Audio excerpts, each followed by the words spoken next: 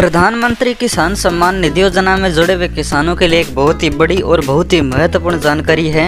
आप सभी किसान भाइयों को 2022 खत्म होने से पहले ये 5 काम अनिवार्य करने हैं। अगर ये 5 काम आप नहीं करते हैं तो पीएम किसान योजना की अगली किस्त से आप कन्फर्म वंचित रहने वाले हैं। आपको इस योजना का पैसा मिलना बंद हो जाएगा अगर आप इस योजना में 31 दिसंबर से पहले ये 5 काम नहीं करते हैं। तो चलिए फटाफट मैं आपको 5 काम बता देता हूं जो आपको 31 दिसंबर से पहले कंप्लीट करके रखने होंगे। हो सकता है कि ये काम आपने पहले ही कंप्लीट कर लिए हो।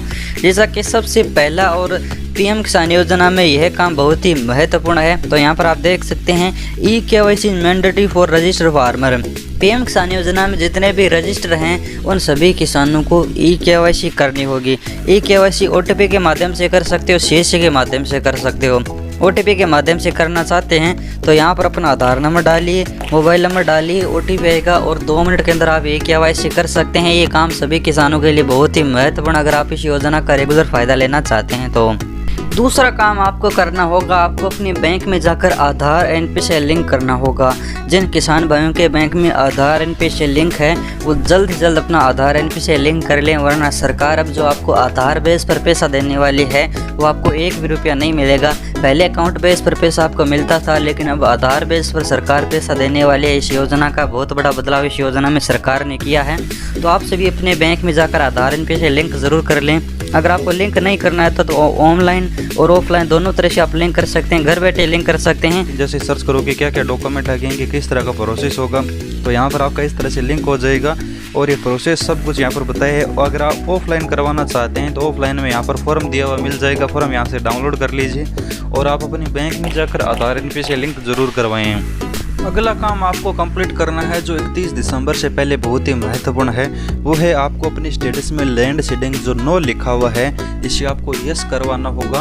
अगर आपके एरिया में लेखपाल द्वारा वेरिफिकेशन किया जा रहा है तो आपके अपने ज़मीन के जो दस्तावेज हैं वो अपने लेखपाल को दिखाना है और लेखपाल से वेरिफिकेशन करवाना है।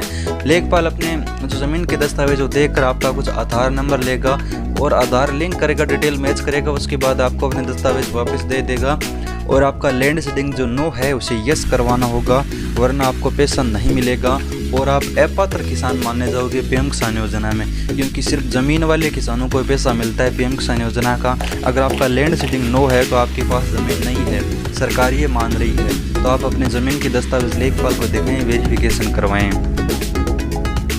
अगला और फाइनल काम जो किसानों को 31 दिसंबर से पहले करवाना है, ये सभी किसानों के लिए बहुत ही महत्वपूर्ण है। अगर आपके एरिया में आपके आस पड़ोस में कोई ऐसा किसान है जो पीएम किसान योजना में अभी तक वंचित है, फ़ायदा नहीं ले रहा है, उसको नया आवेदन करने के लिए आप 31 दिसंबर से पहले बोल सकते हैं। और 31 दिसंबर से पहले अगर किसान आवेदन करवाता है तो उसकी किस्त है वो जो 13वीं किस्त के साथ आ जाएगी, यानी 13वीं किस्त दिसंबर माह के लगभग जारी की जाएगी। हो सकता है कि 1 जनवरी को जारी की जाए या फिर हो सकता है कि 15 जनवरी को जारी की जाए, 26 जनवरी को जारी की जाए, इसी प्रकार जारी की जाएगी। तो अगर किसान दिसंबर माह से पहले आवेदन करवा देता है, जो पैसे मिलने का प्रोसेस है उसमें किसान को जो 4 महीने से अंतराल से पैसा मिलता है वो दिसंबर से लेकर जो मार्च तक किस्त मिलती है वह पैसा का समय है वो जोड़ा जाएगा और 2000 रुपये किस्त किसान को दे दी जाएगी।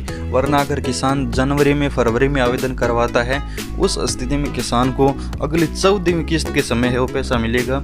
लेकिन अगर दिसंबर से पहले आवेदन करवा देता है तो उसको पैसा है वो 13वीं किस्त के लगभग मिल जाएगा। हो सकता है कि 13वीं किस्त के बाद मिले, हो सकता है कि साथ में ही मिल जाए, लेकिन समय है वो 4 महीने का वो शुरू हो जाएगा अगर दिसंबर से पहले किसान आवेदन करवा देता है।